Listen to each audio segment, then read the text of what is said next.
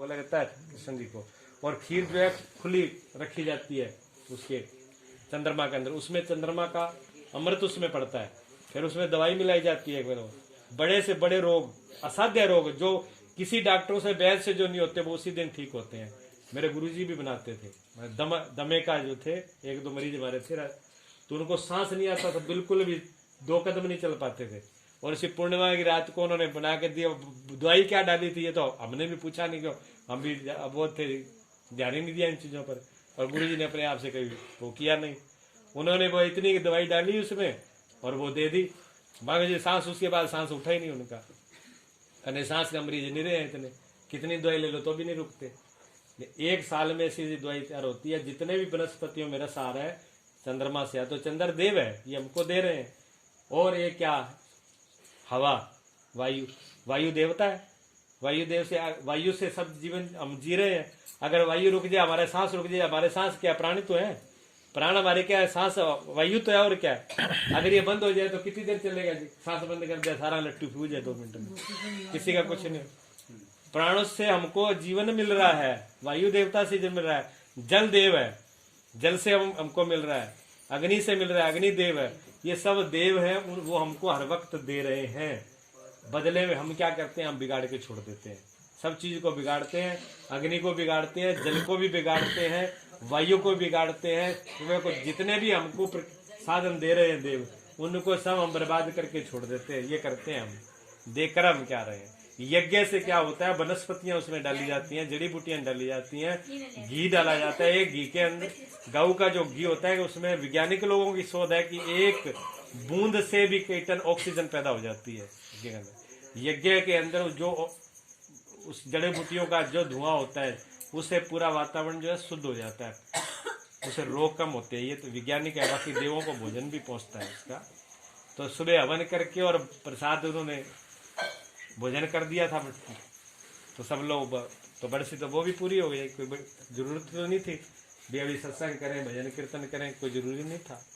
लेकिन फिर भी उन्होंने सत्संग किया, रखा। तो सत्संग के बहाने से क्या है, हम और आप क्यों बैठे हैं, राम के नाम से बैठे हुए। हमारा आपका अब जो नाता है वो कोई रिश्तेदारी का नाता नहीं है, सत्संग के अंदर नाता एक सत्य से है, यानी परमात्मा से है, राम से है। अब जो बैठे हैं राम के नाम से बैठे हुए हैं। अब जो रस है इसमें राम के नाम का रस है, परमात्मा का रस है, उसी के सारे हम बैठे हुए हैं।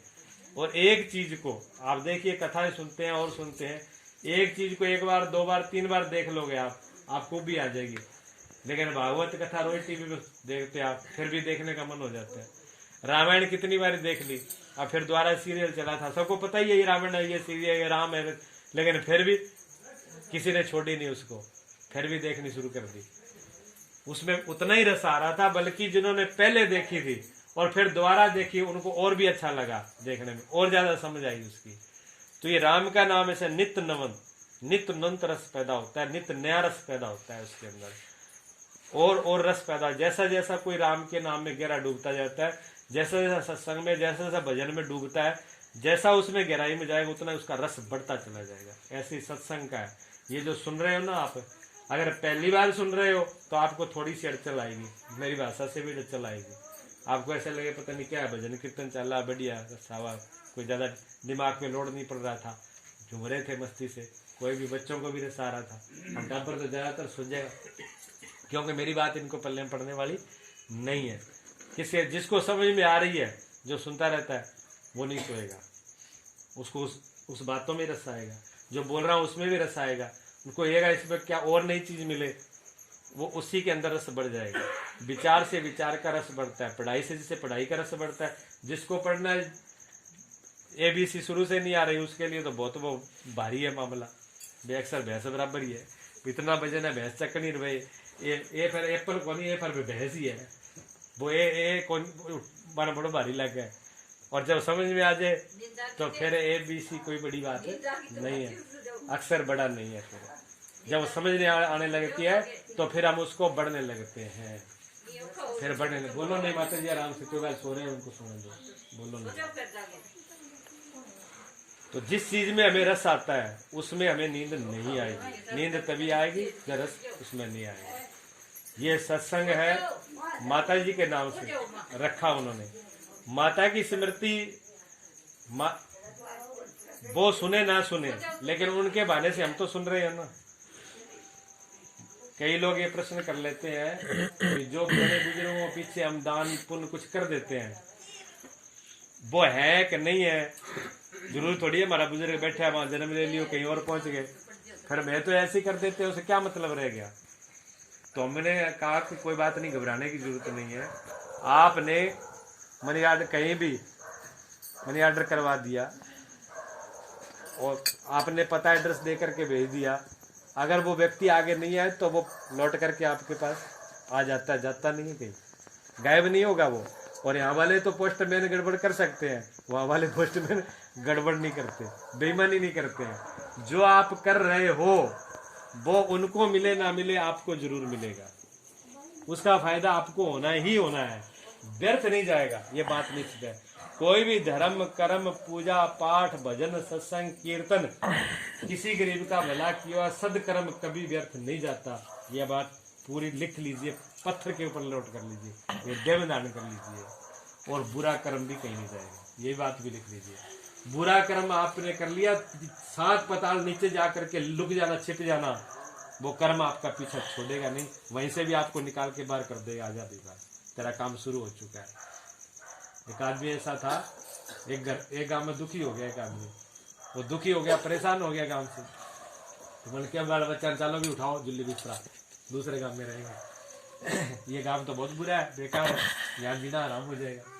चले गए, अब वो दूसरे गांव में तो पहुंचे नहीं, दूर दूर गांव हुआ करते थे पहले, आजकल तो आबादी बढ़ गई तो गांव पास पास हो गए, कोसों दूर गांव हुआ करते थे। चलते रहते क्या क्या रात को लेट हो गए, एक जगह बाहर गांव के बाहर ही कोई कमरा था, वैसी झोपड़ी बनी, वहां जा करके अपने विश्राम कर लिया कि सुबह और चले आगे देखेंगे। वहां जाकर अब सुबह जब उठे वो 4 बजे, तो एक काले रंग का आदमी डंडे बैठे लगा रहा था सुबह से। उसने कहा क्यों भाई तुम कौन हो? जो वो गांव छोड़ के गया था, उसने उस व्यक्ति से पूछा जिससे डंडे बैठे लगा रहा था कि आप कौन हो? क्या लगा मैं हूँ थारा कर्म, कहीं भी चलो मैं डंडे बैठे लगा त्याग दूंगा वहां, तो इस गांव में जाओ चाहे अगले गांव में जाओ, पीछा छोड़ने वाला नहीं, कर्म पीछा नहीं छोड़ता है। यहाँ से लेके एक चीटी से लेके कीड़ी से लेकर एक कीड़ी से लेके ब्रह्मा पर्यंत, कीड़ी से लेके ब्रह्मा तक भी कोई हो जाए उसका भी कर्म पीछा नहीं छोड़ता है। इसलिए कर्म को हमेशा समल बुझ के ही करना चाहिए। बहे सत्संग की गंगा, सत्संग एक गंगा की तरह पवित्र करती है हमें। गंगा जी में स्नान करते हैं ना, गंगा में चलो सारा में स्नान करे दो, नानघर में तो स्नान करे दो है, घर पे तो स्नान किया है कि घर ही को नहीं करना हो, कोई कोई सही भी है, गंगा जी पे घर पे भी स्नान करते हैं, आपको तो एहसास होगा ही होगा, आपका शरीर आपका मन आपकी बुद्धि तो तरोताजा होगी। आप स्नान करके स्नान घर से निकलें और आप किसी को मत बताओ, अनजान आदमी आपको मिल जाए वो समझ लेगा कि आदमी नहा के आया, बता देगा कि नहीं? आप भी बता दोगे। आपको बिल्कुल नहीं बताया जाए और नहा करके कोई व्यक्ति तुरंत ही सामने आया हो, आप तुरंत बता दोगे कि नहा के आया, उसका चेहरा बता देगा, बता देता ना? क्यों बता देता? तरोताजगी आ जाती है, उसके चेहरे पे एक रौनक आ जाती है, एक पवित्रता आ जाती है, सफाई आ जाती है, उसका शरीर बताता है। जब एक नहाने मात्र से इतना फर्क पड़ता है तो सत्संग में क्यों नहीं पड़ेगा जी?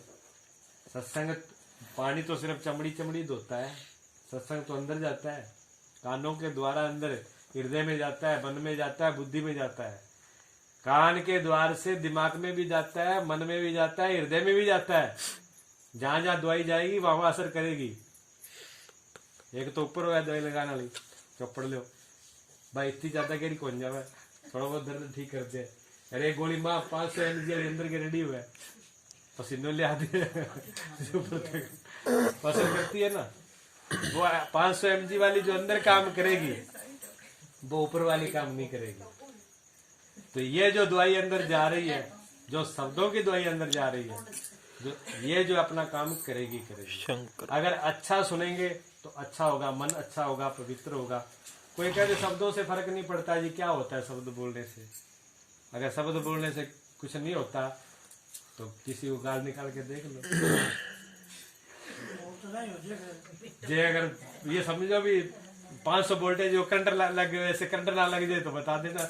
गोली का इंजेक्शन का भी इतना असर नहीं होता जितना गाड़ का होता है, साथ की साथ। और नाम लेके निकाल दो, एक तो यही काट दो, ये समझ जा लो यो बने क्या है बोले कि और वो कहते हो बोले भैंस ने गाड़ काट देनी और नाम ना ले और पड़ोसी सा के नाम बढ़ती हुए वो ये नहीं कहता भैंस को निकाली है, वो भैंस का बनो काटा तो मन नहीं है वो ज्यादा मतलब तुरंत समझ लेता है, समझ लेता ना, इतनी बात को पकड़ लेता है। और जे नाम लेके निकाल दी फिर क्या होगा, फिर 101% काम करेगी वो।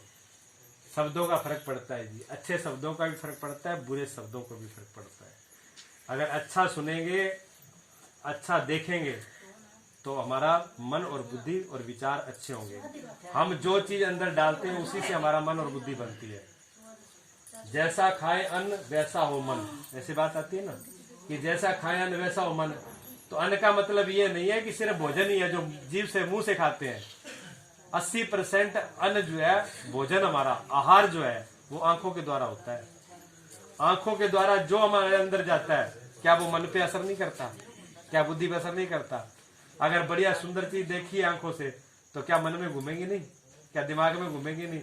और कोई खराब चीज देखी है तो क्या घूमेगी नहीं। और कान से अगर बुरी चीज सुनी है तो कानों के द्वारा, आंखों के द्वारा, नाक के द्वारा, जिब्बे के द्वारा, चमड़ी, जो शरीर के द्वारा अंदर जा रहा है वो सब का सब भोजन है, आहार है। इसलिए हर चीज अंदर डालो बिना कूड़ा के। देखो हम अपने घर में कोई चीज भरते हैं क्या, कोई कूड़ा कबाड़ फेंके हमको दे तो अपने आंगन में डालते हो क्या आप? क्यों माता, कोई पड़ोसी आपको कूड़ा कबाड़ दे दे वो आंगन में लेके डालते हो आप? नहीं डालते ना। अरे कोई बुराई करते हो तो हृदय वाले आंगन में तो 1 मिनट में भर लेते हो। जहाँ भगवान का वास है, जहाँ स्वयं खुद बैठा हुआ है, वो आपके हृदय में स्वयं परमात्मा बैठा है, वहां दूसरे ने बुराई करी और तुरंत अंदर भर ली तो दूसरे का कूड़ा कबाड़ हृदय में तो भर लेते हो और दूसरे का घर में नहीं भरते। भी घर में नहीं भरते, इतनी समझदारी तो है भी दूसरे ने अगर गेट पे भी कूड़ा डाल दिया तो लड़ने के लिए तैयार हो जाते। क्यों? मारो ही गेट दिखे पास भी अपने गेट पे भी नहीं डालने देते आप। और जब दूसरा बुराई करता है, चुगली करता है, तब घोड़ा सिखाने में तन्ने तो बता दिया अगर ना बताए तेरे ही पेट में कौन 25 जागले घट बच्चेगी। सही है वो तो पहला बढ़ गया जो बोला ज्यादा गोली खा रखी है हो जाएगी बात जम को नहीं भाई जी, वो जल्दी काम करेगी और इतना कहना बात और स्पीड पकड़ेगी। कहना नहीं तो मतलब समझो भी कहना है, उल्टा हो गया काम। और ऐसा ही होता है। इसलिए कानों के द्वारा ऐसी बुराइयों को अंदर मत जाने दो, अच्छी अच्छी बातें करो। चाहे किसी की बात हो, बातें क्या होती हैं? घर परिवार की, बहू की, सास की, बेटे की, बहू की, माँ की, ये सब चीजें क्या आती है बिगाड़ने। और एक बीमारी और है, पहले यही सर जाता था, रिश्ते कम टूटते थे। मैं पूरी दुनिया में घूमता हूँ, आज जो है रिश्ते बहुत ज्यादा टूट रहे हैं जी। रिश्ते जो है बहुत ज्यादा टूट रहे हैं, दरारें बहुत पड़ रही है रिश्ते में। उसका कारण मोबाइल है। मोबाइल जो है ना, माताएं बुरा नहीं मानना, एक बात बता रहा, छोरियां बैठी है, बहू बैठी है यहाँ पर सब। मेरी एक बात नोट करके रख लेना, मैंने इन चीजों का रिजल्ट देखा, बहुत गहरे से देखा, नजदीकी से देखा है। जो बेटी अपने ससुराल की बात 1-1 मिनट का फोन अपनी माँ से करती है और ससुराल की सब बातें माँ पीर पर बताती हैं, उसका घर बसना मुश्किल है। मेरी बात नोट कर लेना इसको, उसका घर बसना बहुत ही मुश्किल है। ससुराल की बातें ससुराल में ही रहने दो। माँ के पास थोड़ी सी बात हुई और वो जेब का माई हुआ, कठी जानो ही कौन, ना पड़ोसी के जानो, ना इधर जाना, बस निकाल के सीधा माऊ आज ये बात। अच्छा, क्यों बिगड़ेगा रिश्ता, क्यों टूटेगा रिश्ता आपका? तलाक हुए, रिश्ते हुए, घर उजड़े हैं, माँ ही आपका दुश्मन बनेगी आपका घर उजाड़ने में। बेटी का घर उजाड़ने में माँ ही दुश्मन बनेगी। और कौन बनाएगी? बेटी खुद ही बनाएगी।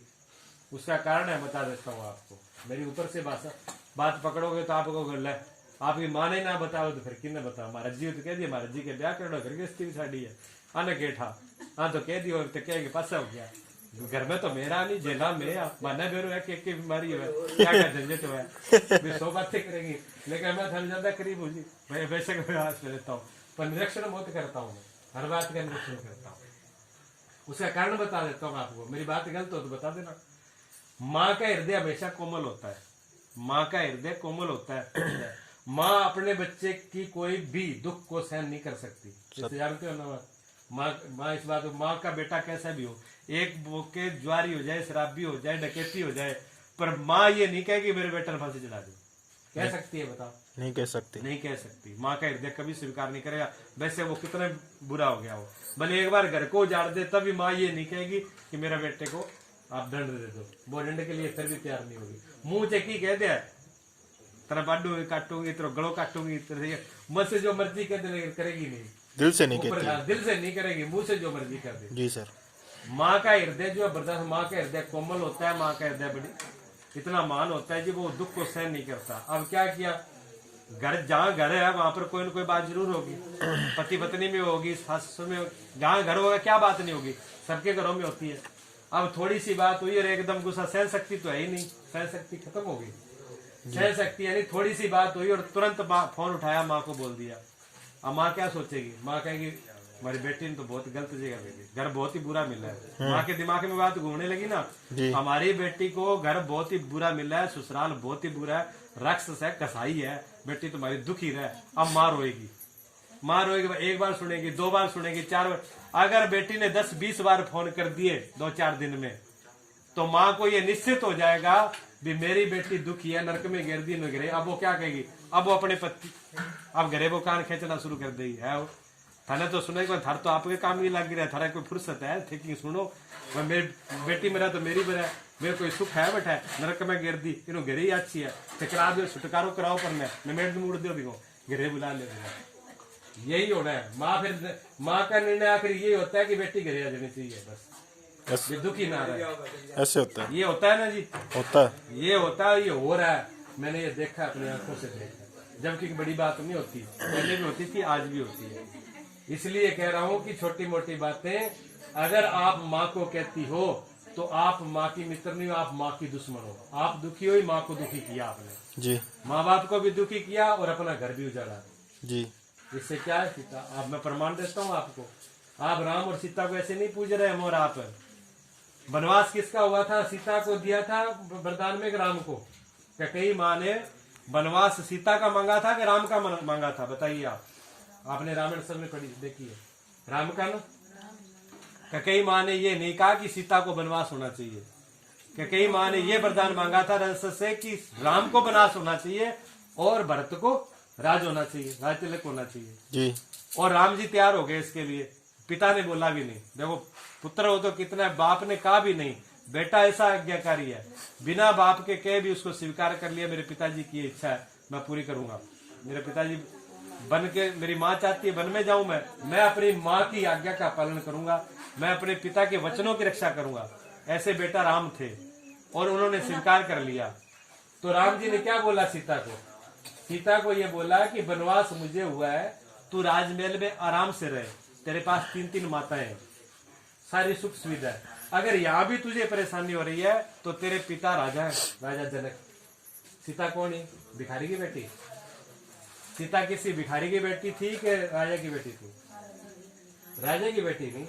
और राजा की बेटी में क्या कमी थी? जनक की बेटी और ससुराल वो भिखारिया, वे भी राजा थे। राजा की बेटी राजकुमारी राजा के यहाँ ब्याही गई तो आपके पिताजी के पास चली जाओ, सुविधा से रहो, कोई बात नहीं, 14 साल का वनवास है।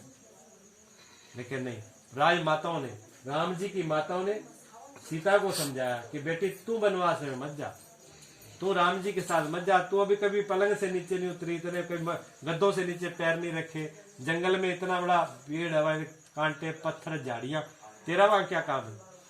सीता ने कहा नहीं माँ, जहाँ मेरा पति है, पत्नी का धर्म पति के साथ है जी, चाहे सुख हो चाहे दुख हो। आज मेरे पति के ऊपर अगर वनवास है, अगर उनका परीक्षा ही घड़ी है, आज मैं उनका साथ छोड़ दूं तो मैं पत्नी किस बात की हूँ?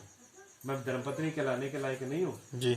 मैं पति के साथ में जाऊंगी और पिता का घर, अगर मुझे पिता के घर पे ही रहना था तो पति के साथ नहीं आती, फिर पिता के घर ही रहती, फिर मैं शादी नहीं कराती जी। पिता के घर पे अब मैं लौट के नहीं जाऊंगा, मेरा जीवन इसी घर में है, यही मेरा जीवन है, यही मेरी मृत्यु है।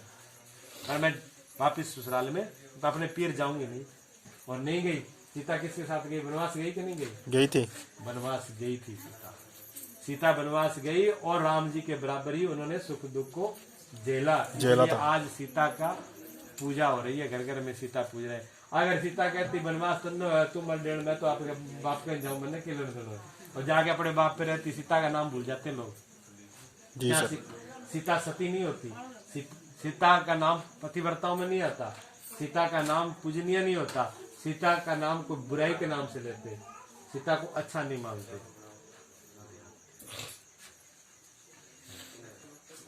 तो उन्होंने सहन किया, झेला तभी तो हुआ ना, अगर झेलते नहीं तो कैसे होता। टाइम हो रहा है क्या?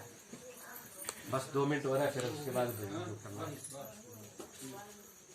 अगर हम थोड़ी थोड़ी चीजों को सहन नहीं करेंगे तो ना तो घर बसेगा, ना जीवन बसेगा, ना कुछ आगे बनेगा जी। ये चीजें कहाँ से मिलती है? ये सत्संग से मिलती है। अच्छी जगह बैठोगे, सत्संग में जाओगे, अच्छे लोगों के पास बैठोगे तो आपको बल मिलेगा, ताकत मिलेगी, समझ मिलेगी, बुद्धि मिलेगी, जीवन सुंदर होगा। तपस्या के बिना तपस्या के जीवन में कुछ भी नहीं है। तपस्या क्या है? तपस्या ये नहीं है कि एक पग पर खड़े हो जाओ, जहाँ धूप में खड़े हो जाओ, जहाँ भूखे प्यासे मरो, नहीं। तपस्या यही है सुख दुख को सहन करना। जो भी सुख और दुख जीवन में आ रहे हैं उनको सहन करना ही तप है। अगर सुख दुख सहन नहीं किए तो फिर तप किस बात का है? फिर वो तप नहीं है। अगर अपने जीवन को सुखी बनाना हो, बढ़िया बनाना हो तो थोड़े बोड़े दुखों से घबराओ मत। राम जी बन गए, बन में गए ना, राम जी बन नहीं गए, बन गए। नहीं तो वे राजा दशरथ के राजकुमार थे, भगवान राम बने कब रे? जब राम बन में गए, बन में जाने से राम बन गए। वो उन्होंने तप को स्वीकार किया, तपस्या को स्वीकार किया, कठिनाइयों को स्वीकार किया। अगर इनको सहन नहीं करते तो वो कभी बन नहीं पाते। हम लोग छोटी छोटी चीजों को सहन नहीं करते हैं। अपनी सहनशीलता बढ़ाएं, अपनी भाषा को, बोली को सुधारें, अपने आचरण को सुधारें तो इस यहाँ भी सुखी होगे, घर भी सूरज बनेगा, घर भी मंदिर बनेगा, आगे का रास्ता ही बनेगा। और मन में तो दुनिया भर का ईर्षा और आग भरी हुई है। बिन कहते भजन कर लो, पाठ कर लो, वो भजन पाठ क्या करेगा? जो अंदर भरा वही तो चलेगा। अब लड़ाई तो कर ली, गाल तो काटी सासू ने और माफी मांगी कि हनुमान जी को। हनुमान जी को 40 पाठ करे, बाबा माफ कर दी। अब बाबा का भी बंदा गाल काटी तो मैं माफ करूँ, गाल तो सासू ने काटी है, सासू को माफी मांगे नहीं। और सासू को माफी मांग लिया तो वाचा पड़ने की जरूरत ही को नहीं, समस्या तो वही हल हो जाएगी। गलती कहीं करते हैं, माफी कहीं मांगते हैं, ऐसे नहीं। जहाँ पर हमारा हम है वही, जहाँ गलती की वही क्षमा होनी चाहिए, तब जीवन बन पाता है। सत्संग से जीवन बनता है। मैंने 1-2 मिनट की और बोलता हूँ, उसके बाद भजन 2 मिनट का एक चीज और है, आपको बता दूं, उसके बाद में फिर सुनना जो भी आप भजन कितना सुना। क्या बने मानव मिले मुक्ति, भजन के अंदर जी कड़ी पे शब्द लिखा है, बने मानव मिले मुक्ति, ये जीवन मोक्ष पाने का, ये जीवन जो है मानव बने। सत्संग में महापुरुषों में ज्यादातर ये कहते हैं जी मानव बनो, मानव बनो। देख कर ऐसे ही हुआ। एक महाराज जी जो है जैसे समझा रहे थे तो कहे जी मानव बनो, जो एक बीच में से खड़े हो गए भगत